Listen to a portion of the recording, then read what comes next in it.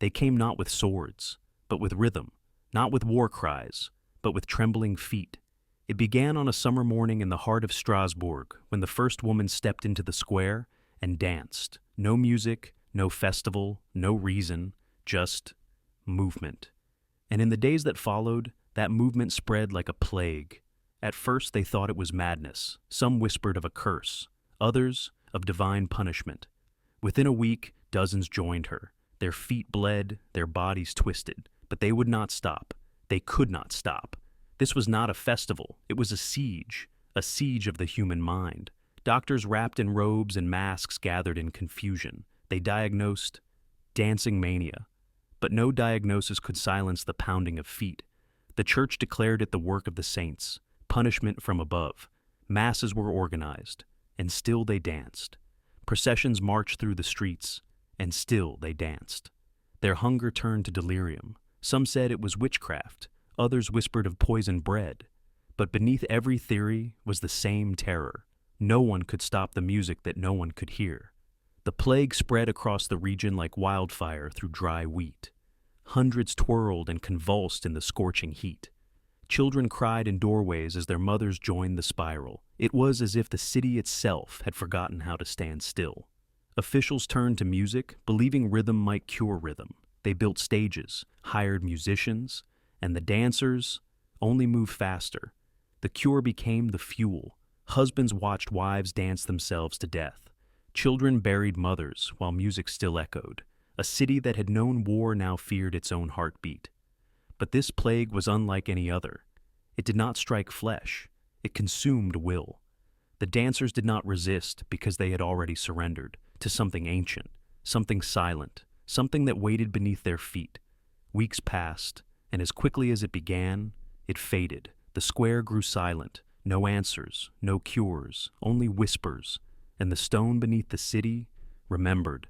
Some say it was mass hysteria, some cursed bread, but some still believe something called them to dance. And for a brief, terrible summer, Strasbourg obeyed. History does not always scream. Sometimes it dances. Through time, through blood, through the forgotten cracks of a city that once moved to no music at all. And if you listen closely, you might still hear the rhythm. Whispers slithered through the narrow alleys like smoke. Some swore they had seen shadows dancing before the plague began, as if the city itself had rehearsed this madness. Old priests traced their fingers across torn manuscripts, searching for prophecies buried in dust. But every line ended the same way, with silence. No one could predict the fever would spread like wind through wheat. In the blistering heat of July, hundreds of bodies pulsed to an invisible rhythm. Women in veils, bakers, merchants, monks, no name could escape it. The streets themselves became a stage for something older than memory. The city's physicians mixed herbs and prayers, hoping one might drown the music. But the rhythm grew louder, pressing against walls, rattling windows, crawling beneath doors. They tried binding the dancers to wooden benches, but their bodies shook loose, as if possessed by unseen strings. Desperation birthed rituals. Priests paraded relics of saints through the streets. Bells screamed through the air. Fires were lit at night, not for warmth, but to keep whatever spirit haunted them at bay. And still, they danced. Their bodies nothing more than hollow vessels, their eyes glazed with a fever that was not of this world. The city council turned to an idea that would define their failure. If music had caused the madness, perhaps more music could end it.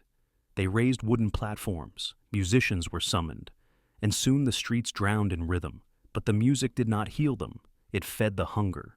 Dancers' faces twisted between ecstasy and despair, like puppets tangled in their own strings.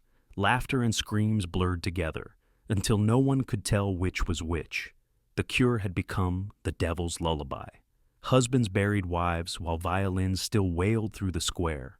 Mothers collapsed beside their children, their bodies still twitching in rhythm even after death's grip. The city did not fight the plague, it danced with it.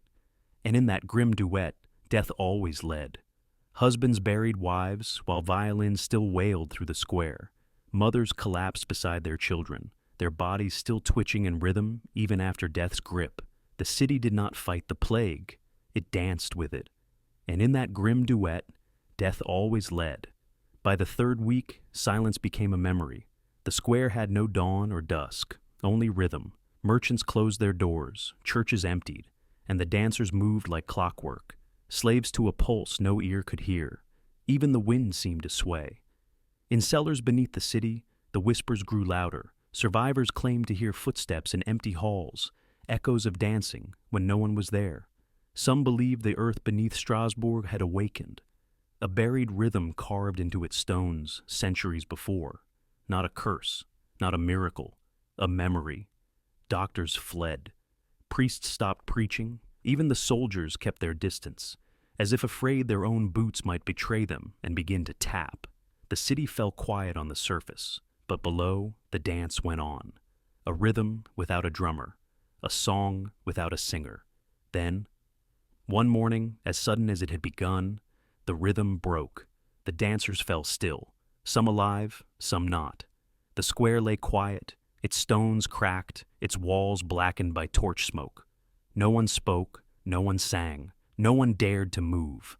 Authorities burned the stages, they blessed the stones, and still, no one forgot. Even years later, when children played in the square, mothers would hush them at sunset, because they said, when the moon was right, you could still hear footsteps.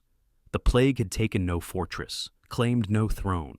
It needed no banners, no war cries. It only needed rhythm and the frailty of human flesh. The city of Strasbourg never forgot the summer when the ground itself demanded to be heard. Some call it hysteria, some call it poison. But the dead left behind a rhythm that no scripture could erase, and every echo begins with a single step.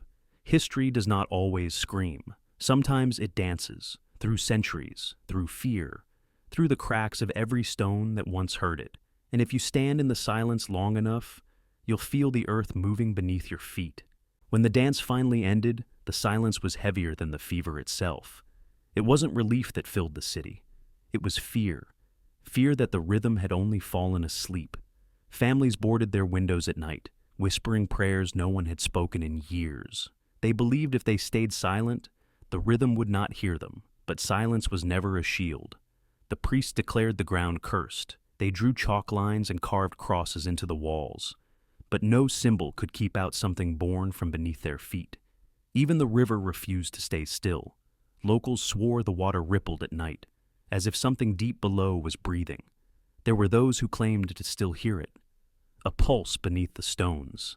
Some placed their ears to the ground and felt the beat, and a few smiled as if welcoming an old friend.